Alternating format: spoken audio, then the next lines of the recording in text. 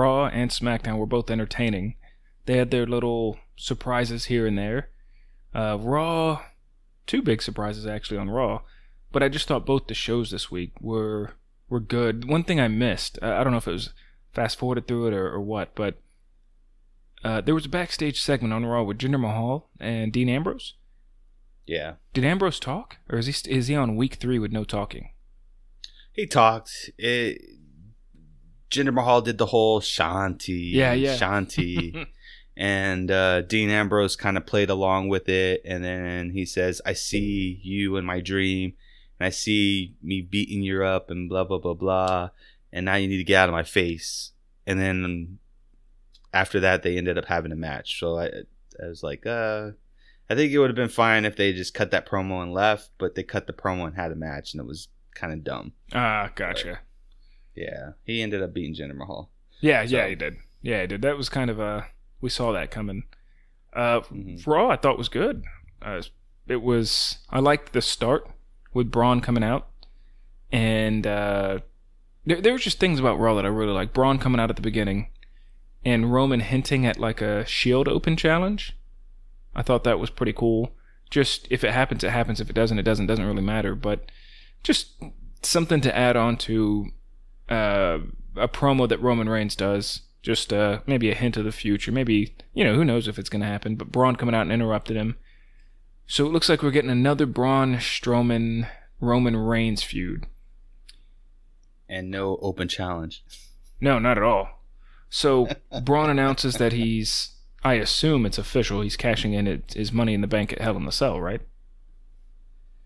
So that's the way they're playing it, but I don't think that's the way it's going to happen.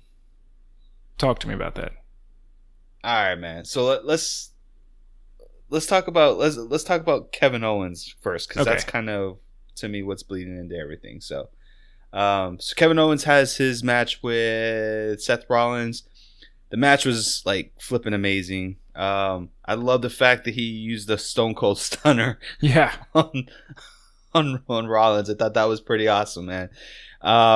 After he ended up doing his the pop-up moonsault from the top rope. Yeah, the second to third rope moonsault. Yeah, so he ended up doing that, missed, got caught with the stomp, the curb stomp. Yeah. And then 1, 2, 3, and it was over. Went to commercial. He came back from commercial, and he was in the center ring. Basically said that he quit. So that's kind of how that went down.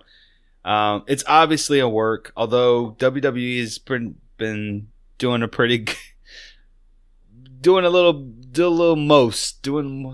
than the most to try to sell this whole he quits thing. On the WWE website, he's now officially promoted from superstar to alumni on their website, which I thought that was pretty funny. I gotta admit, that was pretty awesome. Then you've got the YouTube stuff saying, hey, does he really quit?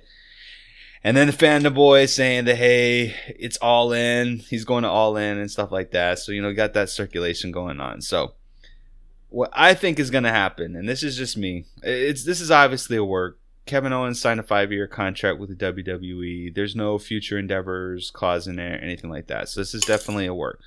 What I think is going to happen is, I thought it was odd that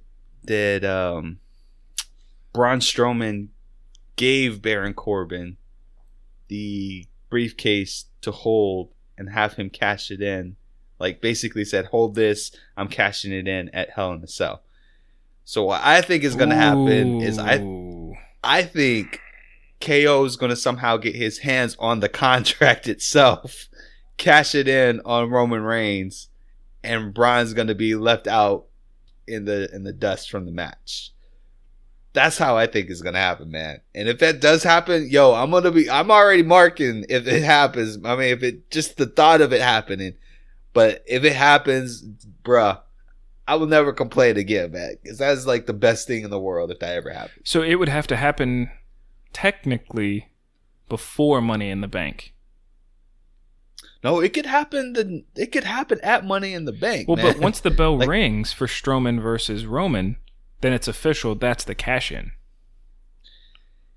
That's if Corbin has the actual contract. Like, that's what I'm saying. I think that there's going to be some shenanigans that's going to happen at Hell in a Cell where KO has the briefcase, and I don't know, man. Like, maybe the Shield comes out and the Shield gets into the cage and they lay out Braun Strowman 1, 2, 3, and then somehow Braun gets out and starts laying waste to everybody else, and then KO comes out and cashes in. I don't know. Some crazy is gonna happen, but I think KO is gonna be the one who actually cashes in the Money in the Bank contract, man. Yeah, it very well could be. I think that's super creative.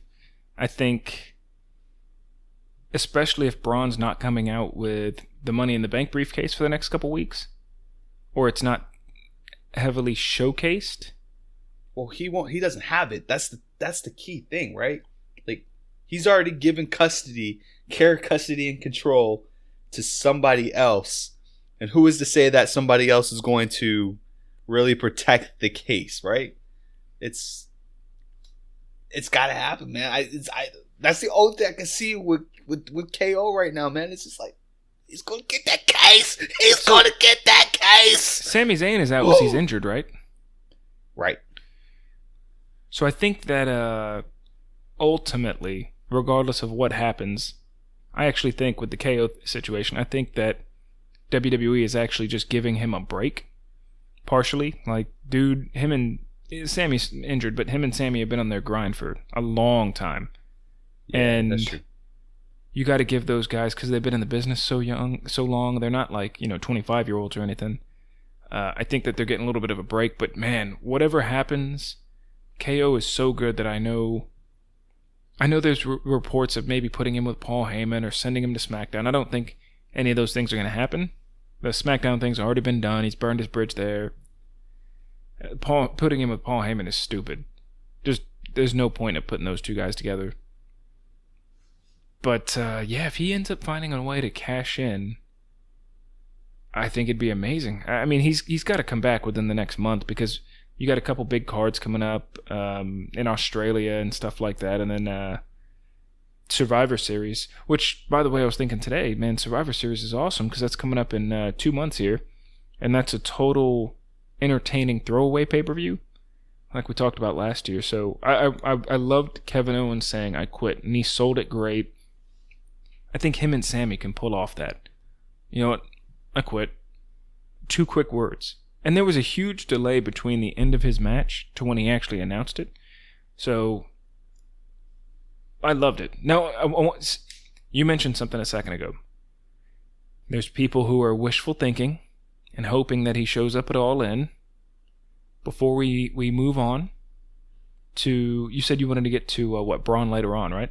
Or no, what was it that you? Well, that was the whole thing. I think, like, the whole Braun situation, like, to me, I think the ultimate payoff is KO cashing in the Money in the Bank contract. Okay. It's something that we've never seen before. They've had a couple of times where they tease giving the Money in the Bank contract to somebody else, right? John Cena put it on the line against, I think it was Alberto Del Rio or someone a couple years ago when he had won it. And then, Braun and KO had that opportunity there too. Oh, and Cody and Sandow had a match as well for the Money in the Bank. That's right. Money in the Bank.